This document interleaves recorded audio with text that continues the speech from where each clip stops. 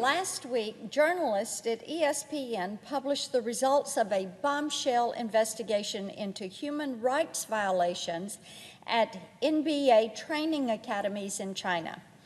Now, when you think about a basketball camp, you probably think of shooting drills or running sprints, but these camps look much different. The investigation focused on training camps located in Xinjiang. This particular region in Western China has achieved a certain level of notoriety in recent months for the horrific political violence its government officials inflict on the Uyghur Muslim minority. And so it's no surprise that the stories told by trainers, coaches, and other NBA employees who helped run these camps employ disturbing and familiar imagery. According to the ESPN investigation, one former league employee compared the atmosphere at the Xinjiang camp to World War II Germany. An American coach who worked at a similar facility described it as a sweat camp for athletes. Now, according to the investigation, almost immediately after the NBA launched this program back in 2016, multiple coaches staffing the camps reported to high-ranking organization officials that they had witnessed Chinese coaches beating and berating student athletes. Bear in mind, Mr. President, these reports were made in 2016. They also reported that the Chinese Communist Party officials in charge of the camp were denying students an education. Now, in coming to this elite camp, they were to receive both an education and elevated sports training. But the reports going back into 2016 said the children were being abused, beaten, berated, and denied the education. So why then did the NBA maintain these programs? Money. Communist China plays host to an estimated $4 billion NBA market. They say that China is basketball obsessed, and NBA execs have used every avenue they can to take advantage of that, and they jealously protect these relationships. Last October, when Houston Rockets general manager Darryl Mori tweeted in support of the Hong Kong freedom fighters, multiple league all-stars, stakeholders, and well-connected employees lashed out in a panic, terrified of retaliation from Beijing. Team owner and Alibaba co-founder Joe Tsai not only sided with the Chinese Communist Party as it retaliated against the entire league, he characterized the Hong Kong protesters as leading a separatist movement. Their over-the-top reactions are proof enough of how fragile the NBA's relationship with China actually is, and who is really in control of this relationship. Mr. President, the control is not with the NBA. In June, I sent a letter to the NBA expressing my concerns about the training camps in Xinjiang and the league's entanglement with the Chinese Communist Party. In their response, they announced they had closed their facilities in the region and that they had severed their ties to any programs there. The problem is this, and it is that the ESPN report I referenced previously disputes that assertion. I'm reaching out for clarification on that matter. But in their response, I hope NBA officials express clarity regarding each and every one, all of their business relationships with China. Because the NBA and other organizations that maintain close ties to the Chinese Communist Party believe that they're merely taking advantage of a growing consumer market. Or that's what they say. To them, it's a smart, savvy play. That's what they believe. But in reality, what they are doing is giving the ball away. They are playing right into Beijing's hands, and those hands are controlled by the Chinese Communist Party. Since 2013, the CCP has operated under a grand strategy to stretch their influence across Europe, Africa, and Asia. This strategy is known quite elegantly, they think, as the Belt and Road Initiative. It involves making interlinked investments over land and sea, which has formed the beginnings of a modern-day Silk Road. The Chinese Communist Party uses energy and transportation infrastructure development, as well as access to investment capital and trade opportunities, to force their way into the good graces of comparatively poor and still developing nations. I've seen this influence and its effects firsthand. Last year, I traveled to the Horn of Africa and spent some time in Djibouti, a country that welcomed China and the Belt and Road Initiative investments with open arms.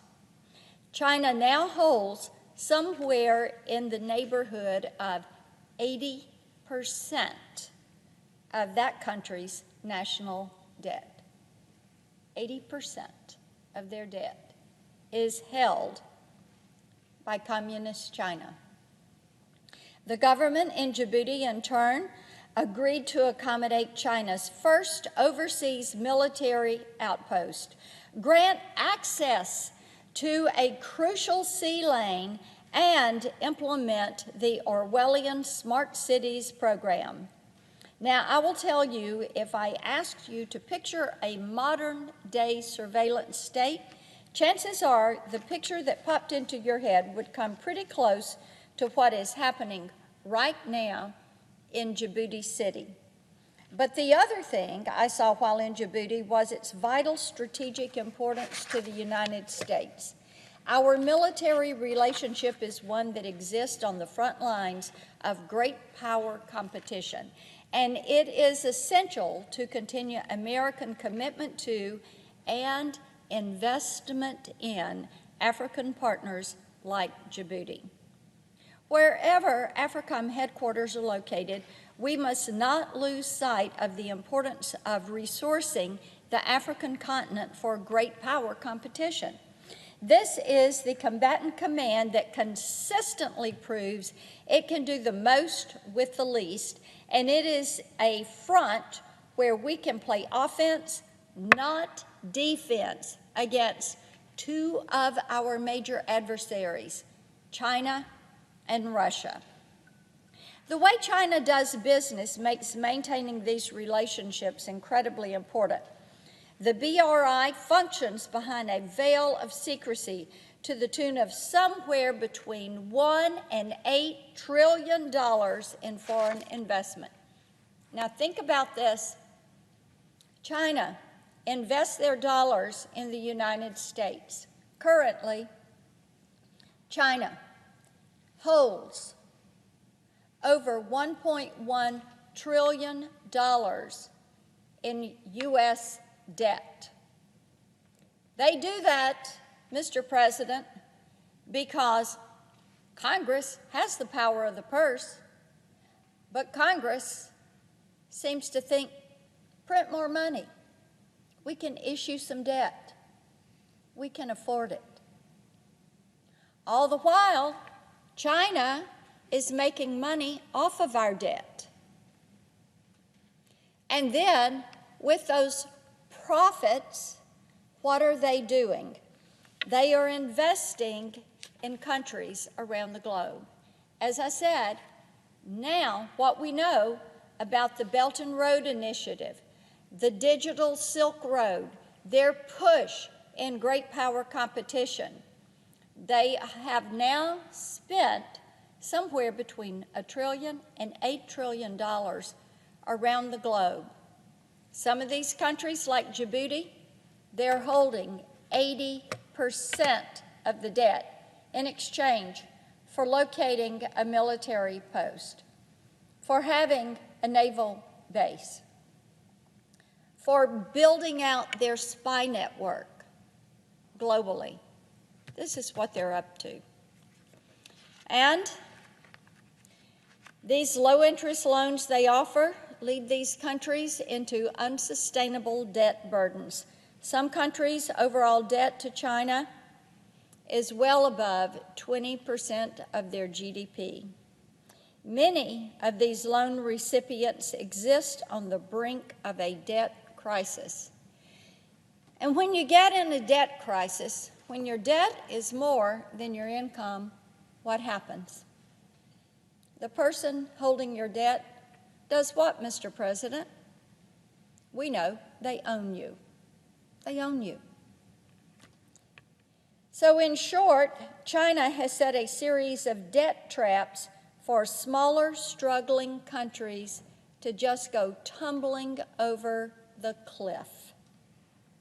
But for China, everything is going right according to plan, because that dependency translates to control over key strategic positions all over the globe. And yet, for some reason, organizations like the NBA, the National Basketball Association, the NBA, pretty soon, if they're not careful, they'll be the National Beijing Association.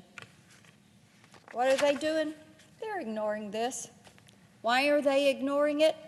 Because it's convenient. Why is it convenient? The profits look good. They're making money. China, they're basketball obsessed. Do we really think that makes it okay? I gotta say, it's not okay. What the NBA is doing is ignoring horrific human rights abuses, absolutely horrific. They're ignoring speech repression. They're ignoring political violence. They're ignoring religious persecution. They're doing it all in the name of finding their next basketball superstar. And they remain willfully blind to the manipulation tactics China uses to hide these abuses. Whether we're talking about debt diplomacy or enthusiastic access to a willing market, all of it is offered up by the Chinese Communist Party as a distraction. So I've said repeatedly that the United States must take immediate steps to unravel our relationships with China.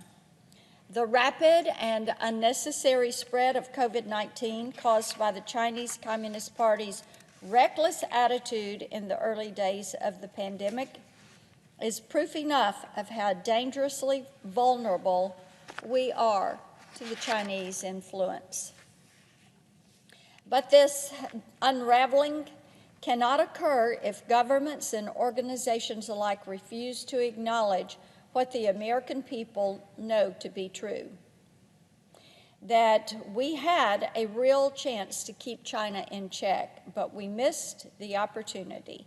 The only way that we can retake control of our interactions with Beijing is to retake control of our economy and set our own parameters for engagement with what has become one of the most dangerous and powerful nations on the planet. Mr. President, I ask unanimous consent that the previously referenced article from ESPN dated July 29th, 2020 be submitted into the record. Without objection. Thank you, Mr. President. I yield the floor and note the absence of a quorum. The clerk will call the roll. Mr. Alexander.